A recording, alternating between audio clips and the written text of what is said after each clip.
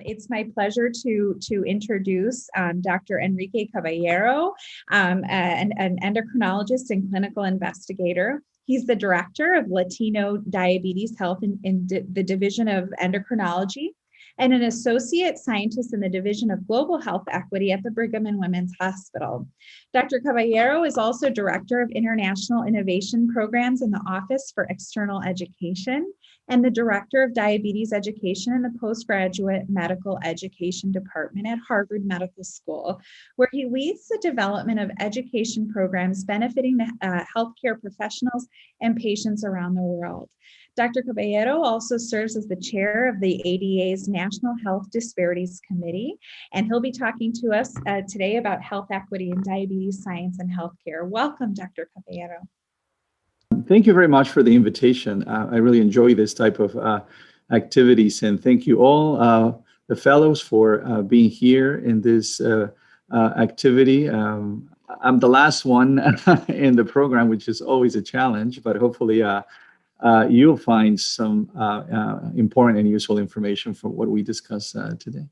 Thank you so much, and for joining us. And this is in a way, I'm sort of, last but not least, this is a topic that we began with Dr. Gabay. This is an area that so many of our fellows are interested in and engaged in. And so, let's talk a little bit about how the pandemic highlighted and really, we know about the disparities, but we really saw them in the spotlight in the pandemic. What were your experiences there?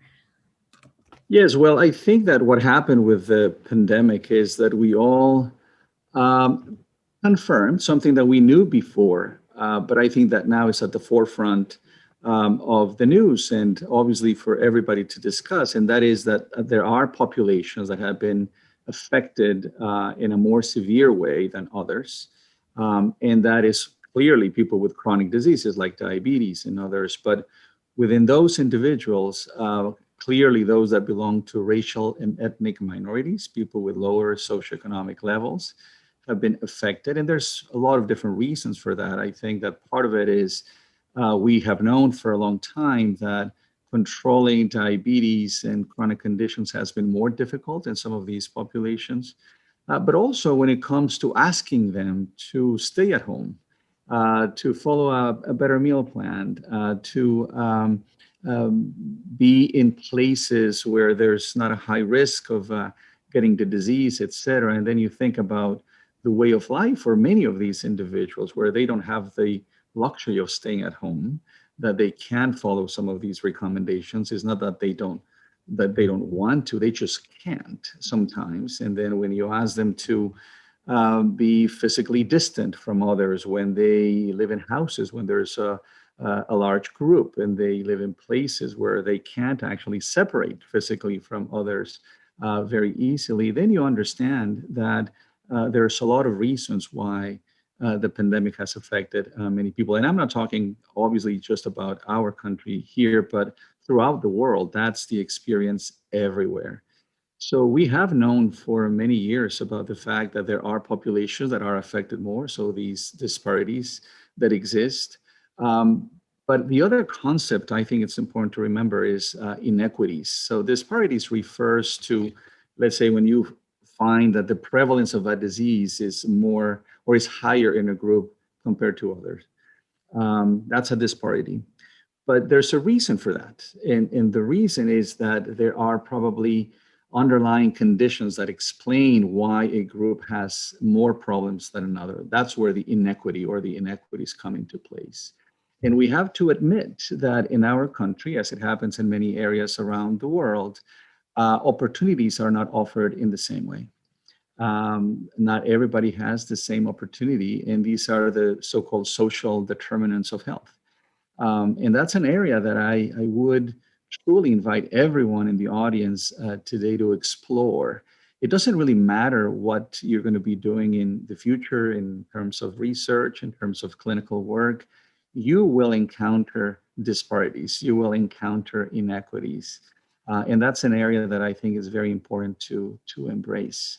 For example, I can share how I started my career in the sense that probably just like most of you, the fellows, I was so excited about the scientific part of medicine. And I am originally from Mexico. I came to the U.S. to do my training, and I was very fortunate to stay here in Boston in the Harvard system. So I worked initially at the Joslin Diabetes Center, which is, of course, a great place. And I was doing research there initially on endothelial dysfunction, diabetes, cardiovascular disease. I actually joined the diabetes prevention program when it started more than 20 years ago. So it was a fantastic way to start my career in research by looking at the metabolic syndrome and all these important issues. But then over the years, what I found is, because I was also doing clinical work, is that I was not having the impact that I thought that I would have with my patients. And that was a puzzle to me, because I said, well, I don't think I'm really a bad clinician, but most of my patients are not achieving goals. There's something going on here. And that truly opened my eyes, because even though I was at a great center, the impact that we were having was not really the greatest that we could have aimed at. And I guess this is not just my experience. I think that as you go along, you find that you have to pay attention to other aspects of diabetes care and research. And that's the whole area of all the social, the cultural, the psychological factors that are part of any individual that we come across in our lives. And again, we're talking about patients and people that participate in research, but that applies to life in general. So over the years, what I have embraced is the fact that even though I continue to love science, and I love it, and I continue to be involved in many different activities, that's great. But that's not enough. If you really want to have an impact on patients and your patient population, again, it doesn't matter where you are going to practice or where you're going to be, whether you're staying here in the US or you're traveling abroad and do work and research, you're going to encounter that there are all these factors that are important to consider as you move forward in your career. And I think that that will make us even more complete, more comprehensive as individuals in our own lives, but also in the way that we provide care to other people. So paying attention to those things is important. Now, I have to say that it's a challenge, because even though we may all say, yes, I think that's true, it's an area that we need to pay attention to, it is not easy. We are not trained formally to address and to assess psychological, social, cultural issues in our patients. It's easier to stay in our comfort zone, and that is the medical side of things. You know, we love discussing cases and the pathophysiology and treatments, and that's great. But we often forget about all the other aspects, and that's not easy to incorporate into our clinical activities or research activities. But we must pay attention to that. I'm happy to say that over the years, and I have been a witness to that and participating somehow in my own world, is that medical schools, training programs, medical education activities are now incorporating more formal training about all these different aspects as they relate to diabetes care, diabetes research. And I would suggest to everybody in the audience to explore some of these opportunities in your own hospital, in your own clinic, in your own community, about how is it that you could learn more about how to incorporate all these important aspects in clinical care and research. So I think that we're moving in the right direction, but it's a slow process. So coming back to the question, I think that the pandemic has just made it very clear that these are things that we need to pay attention to as we move forward, and not to forget about how crucial these are in determining population health. Thank you so much. I mean, this is for highlighting that this is something that affects all of us. Those who will make a career out of this important area, and those who will experience it in their day-to-day practice, as we all do. And so, let's we'll go on both spectrums. We'll start with everybody, because everybody will see patients with dealing with inequities, whether that be in access to technologies or medications or food food, as you mentioned. What are tools that our fellows and clinicians can use to do surveys? A lot of it comes out, in a thorough and thoughtful interview. But are there any tools, whether that be your general recommendations or from the ADA, on addressing disparities in the clinical encounter? Yeah. Well, there's fortunately several sources of very good information that people can look at. Obviously, the American Diabetes Association is a great way to start. I'm very fortunate to be chairing right now our committee on healthcare disparities. So we have really worked very hard for several years now in trying to develop different type of activities and materials and information. So you can check on that at the ADA level. But I am sure that also your clinics, your hospitals may be doing work in this area. And the reason is that it is not necessarily a mandate now, but it is something that most institutions have embraced. And there's a very good reason for that. Now that we're moving into this sort of value-based care in which we're trying to improve outcomes in our patients, and then you need to demonstrate as an institution that A1C levels are really better in your patients compared to a few years ago, that the blood pressure, that weight, and that the standards of care are being applied, et cetera, because then you get more money as an institution. You're paid based on your performance. And part of that also has opened the door for people to consider that the only way to truly have an impact in a patient population is by embracing all these things that I'm discussing right now. So if you only focus on the medical side, you're going to have an impact, but it's not going to be as good as if you consider other factors in your practice. So it is good for you. It is good, of course, for your patients, but it's good for you. It's good for your institution if you do something like that. Now, the best way would be, because honestly, I recognize that we're very busy. We don't have a lot of time when we interact with patients. So if we think about, well, how much time it takes just to consider the blood sugars and look at the CGM readings and the blood pressure and all that, of course, 20, 30, 50 minutes go by very quickly. We don't have time to address other things.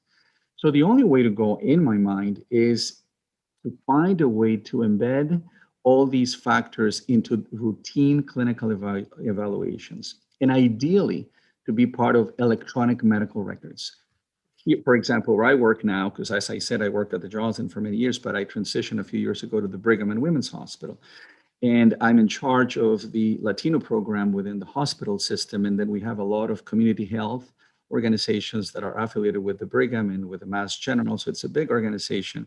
And what we're trying to do is to implement some of these aspects of social medicine throughout the system.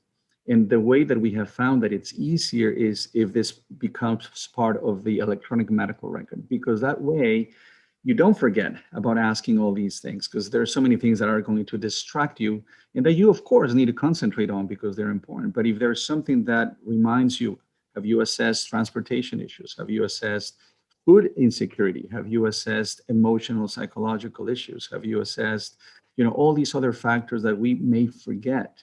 I think that's important. Now, one thing, so that people don't panic about this, because I'm sure that people are saying, oh, Dr. Caballero, that sounds great, but you're making my life more difficult. Now I'm going to have a lot more work to do. Well, it depends how you coordinate that with your program and in your group, because you may actually not be the one to ask all these questions. Someone in your team may be the person to do that. So, for example, in our program, we have people that work in our social medicine group, and they're the ones that do all these surveys with the patient. So when they come to see me, I already have all that information. Now, of course, it depends on who you work with and what group you are participating in, but that's another possibility. But I think it is our responsibility as healthcare providers, as researchers, to pay attention to all these information. Now, one thing to say is we're not responsible for fixing the problems that we may encounter. I'm not saying if you find that someone is struggling with transportation, you should go and pick that person at her home to come and see you. No, that's not the point. But if you don't identify the problem, who is going to identify the issue? And we could not actually rely on what the patients are going to say to us, because many patients will not express openly their challenges unless you prompt them to do that, unless you elicit that conversation. And so it's important to be paying attention to all these different things. One example is the issue on, for example, depression and emotional distress that I have learned from many of my expert colleagues in this field. And depression seems to be the most frequently missed diagnosis in clinical practice. We just don't know how to address it. We don't know how to identify it. So there are tools. For example, we know that in order to identify major depression, you can ask just one single question that has been validated, and that is whether a patient has lost interest in their day-to-day activities in the last few days or weeks. You know, if the person says, I don't feel like getting out of bed to go and pick up my children at school or do my activities, etc. I know we all may feel like that some days, but it's just probably one day, hopefully, but not every day. So if someone says something like that, imagine how inappropriate it is in that visit to say, well, what I would like you to do is now to take not one injection of insulin, but 3 or 4, and improve your meal plan and check your blood sugar more frequently. It makes absolutely no sense. We need to, of course, identify all these other things that are more important for our patients. So things like that, I think, are important in terms of incorporating all these different things in clinical practice. I shared a couple of articles, and hopefully the fellows can get those. One is I created a few years a list that I call the A to Z list for the management of diabetes with a focus on culturally diverse populations. And what I did was that I assigned a factor to each of the letters of the alphabet. It took me some time to do that, but I found that there is actually information that validates the evaluation of each of these factors in clinical care in diabetes. So we can definitely share that. Or I don't know if I have an opportunity. I don't know if we have time. I can share quickly my screen if. Yeah. Oh, okay. Because maybe that I can do that and then just show that very quickly. Maybe that would be a more graphic. Okay, let me see. All right. There we go. Okay. Can you see that slide? We can see it. Thank you. Okay, great. Well, so very quickly, so as an example in terms of practical recommendations, and I won't go through that in a lot of detail, but each of these factors, and I would ask everybody in the audience just to go through that list. How many of those factors do you evaluate in your clinical practice with your patients? Some I'm sure you do, but there's others that you probably don't do routinely. So for example, I talked about depression. Health literacy is another very important factor that has become more and more important in diabetes care. And there's tools, there's surveys that allow you to assess health literacy in 10, 15 minutes in a patient. And that will guide your efforts in how to tailor the education programs, even the conversation that you're having with that patient. So that's very important. Language, I don't have to tell you much about that, but obviously we live in a multicultural society. And recognizing that language could be a barrier for some patients, having the proper setting to do that. Now, if you speak other languages, that's great, but you don't have to. But if you have an interpreter or if you have a system that can help you with that. And the prescriptions, for example, which is a very common mistake that I see, they need to be written in the language that is preferred by the patient. There's been a lot of mistakes, and maybe on another opportunity we can talk about that people just don't follow the instructions correctly because they did not understand what was written in their prescription. Nutrition and food insecurity, one very important issue. People don't realize that at least 15%, if not more, of patients with diabetes in the country have food insecurity. And then we need to ask that because people sometimes may not be willing to disclose that information unless we ask them if that's an issue. And there's many other things, as you can see here, in terms of the quality of life, religion, obviously the socioeconomic status is important to be addressed, whether people are using technology or not, and how we could help, especially now. Has been another sort of learning point from the pandemic, that maybe the use of telemedicine could be actually something that we can incorporate in the future, hopefully, even after the pandemic is over.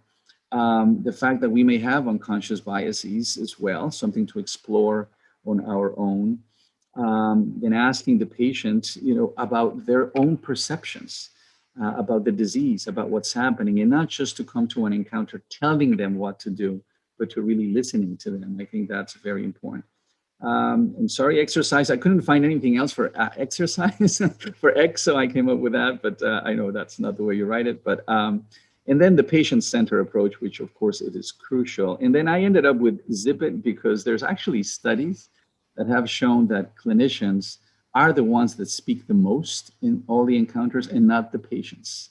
And that it takes only about 23 seconds in average for a clinician to interrupt a patient in a clinical encounter when the patient is trying to express all his or her concerns, et cetera. So we're not actually engaging in good, productive conversations and communication with our patients. We believe we are, but we are not.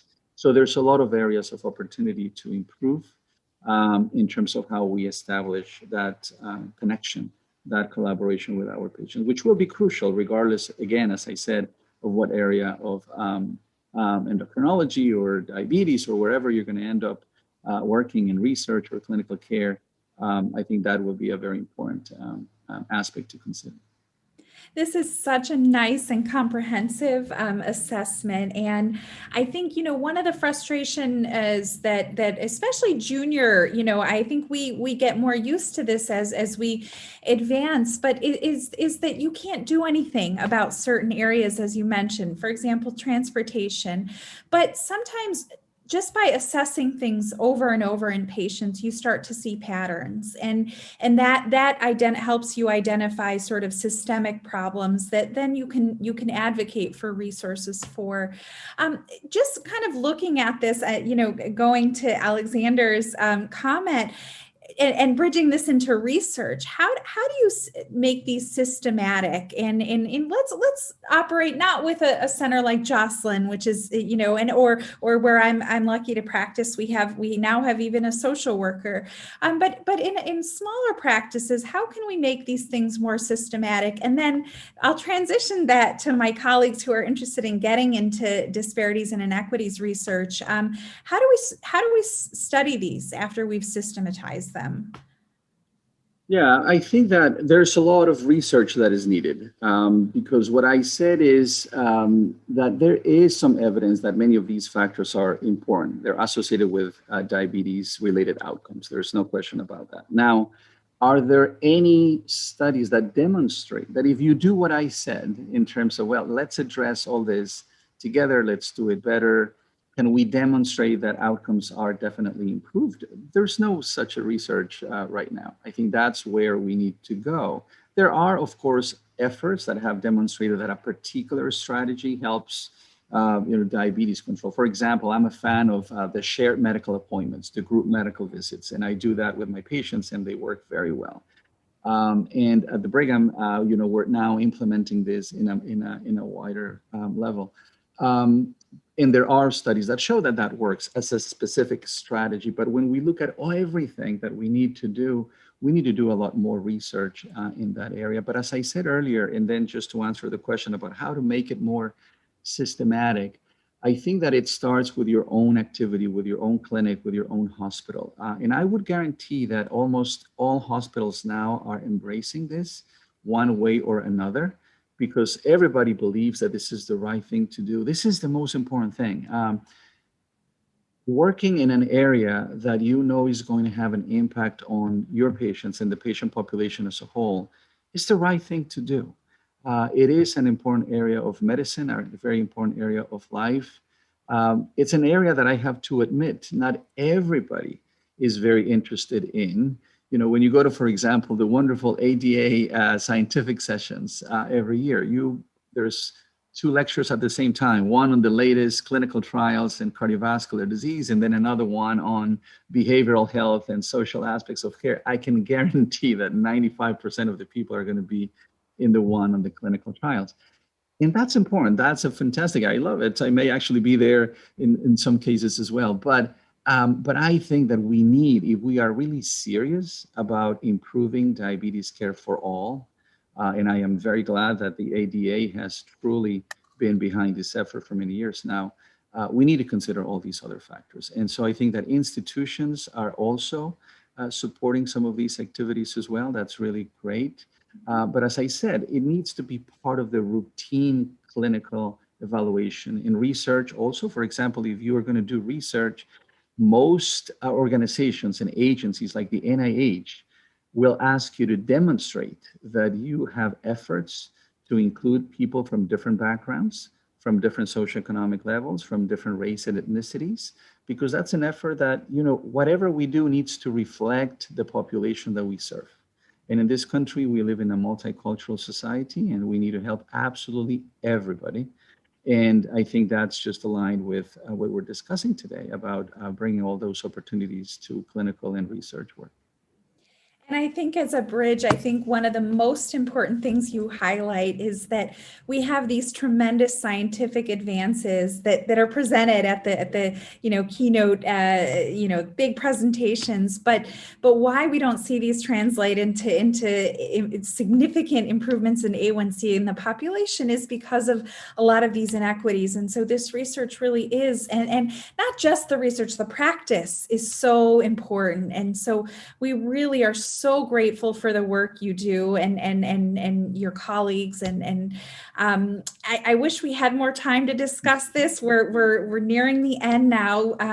Is there anything for those of our fellows who really want to make a career, or at least a small delve into this? Is there any advice that you have for them? Yes, I would say that I heard the prior presentation, the final messages, and I totally agree. You need to work hard. You need to find a mentor. You need to be in the right place. I think all that is extremely important.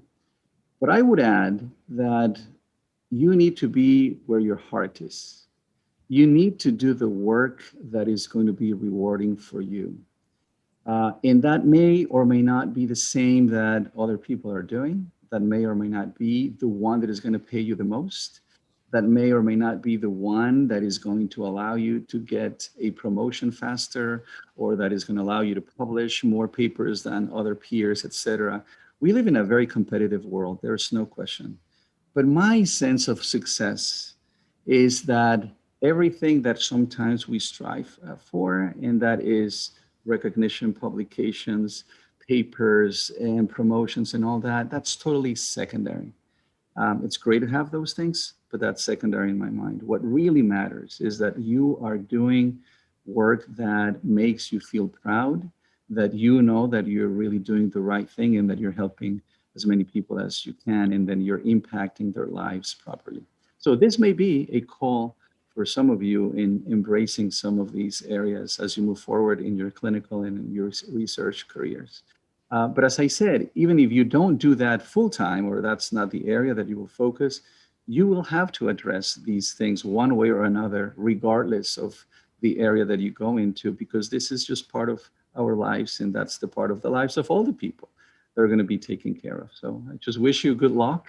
My best wishes for all of you in what you do. And if I can help anyone with more information, I'll be very happy to do that.